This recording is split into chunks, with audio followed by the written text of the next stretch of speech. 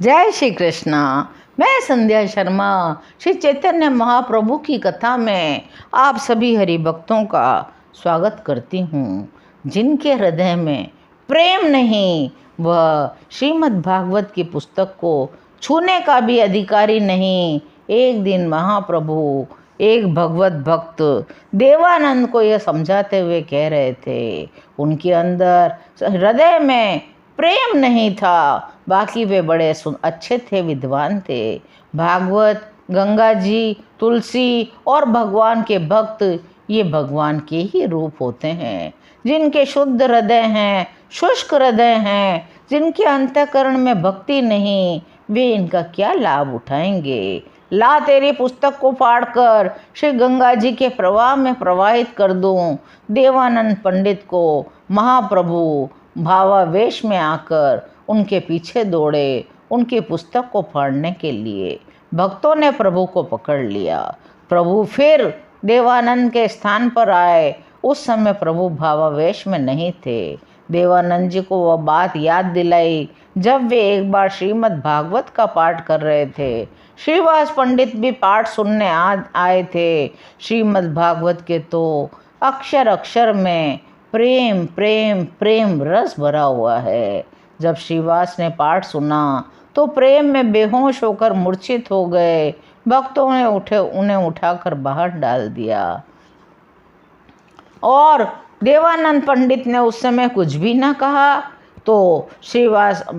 तो महाप्रभु उनसे कहने लगे, आपने उस समय एक भगवत भक्त का बुरी तरह से तिरस्कार कराया, यह आपके ऊपर अपराध चढ़ गया। देवानंद विरक्त थे, विद्वान थे, शास्त्रज्ञ थे।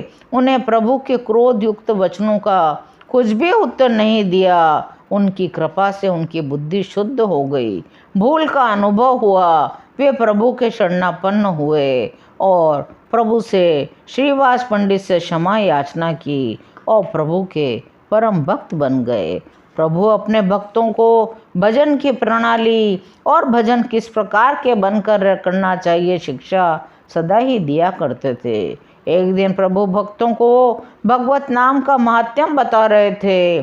कहने लगे, भक्त को अपने लिए तृण से भी नीचा समझना चाहिए, वृक्षों से भी अधिक सहनशील। स्वयं तो कभी मान की इच्छा करे नहीं, दूसरों को सदा सम्मान प्रदान करते रहना चाहिए। निरंतर भगवत नामों का ही चिंतन और स्मरण करना चाहिए।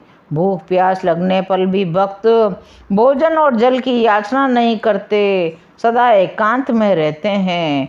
इसी प्रकार भक्त को भी रहना चाहिए, भगवत चिंतन करना चाहिए। एक हृदयहीन जड़ बुद्धि वाला विद्यार्थी प्रभु की इस व्याख्या को सुन रहा था। वह बोला, यह सब शास्त्रों में अर्थवाद है, नाम की प्रशंसा में बड़ी ही बड़ा चढ़ाकर बातें कह दी गई हैं।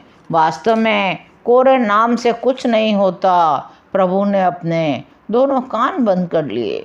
श्री हरि कहकर वे भक्तों से कहने लगे, भगवान नाम में अर्थवाद कहने वाले को पातक लगता है, सुनने वाले को भी पाप होता है। इसलिए चलो हम गंगा जी में सचेल स्नान करें, इस भगवत नाम में अर्थवाद सुनने वाले पाप से मुक्त हो सकेंगे। प्रभु भक्तों सहित गंगा स्नान के लिए चले गए। स्नान करने के बाद प्रभु ने भक्तों को कहा, भाई तुम ही सोचो, जो अखिल कोटि ब्रह्मांड नायक हैं, जिनके एक एक रोमकूप में असंख्य ब्रह्मांड समा सकते हैं, उन्हें कोई योग के द्वारा ही प्राप्त करना चाहे, वे उसके वश में केवल श्वास रोकने से ही कैसे आ सकते हैं। कोई कहे हम तत्वों की संख्या कर कर के उनका पता लगा लेंगे, यह भी कोरी मूर्खता है। भला जो बुद्धि से अतीत है, जिनके लिए चारों वेद नेति नेति कहकर कथन कर रहे हैं, उनका ज्ञान सांख्य के द्वारा हो ही कैसे सकता है।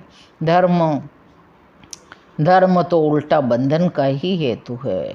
कोई जप करके, कोई केवल त्याग से उन्हें प्रसन्न करना चाहे तो वे कैसे प्रसन्न हो सकते हैं।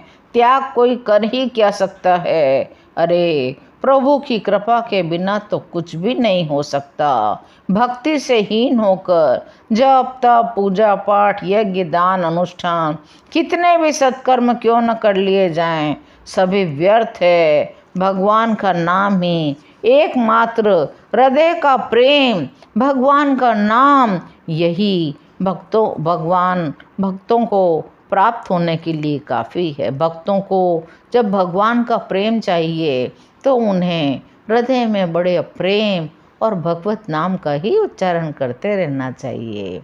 आज का यह कथा यहीं समाप्त होती है। शेष कथाओं को सुनने के लिए चैनल को सब्सक्राइब करिए और मेरे साथ प्रेम से बोलिए, हरि बोल, हरि बोल, हरि हरि बोल।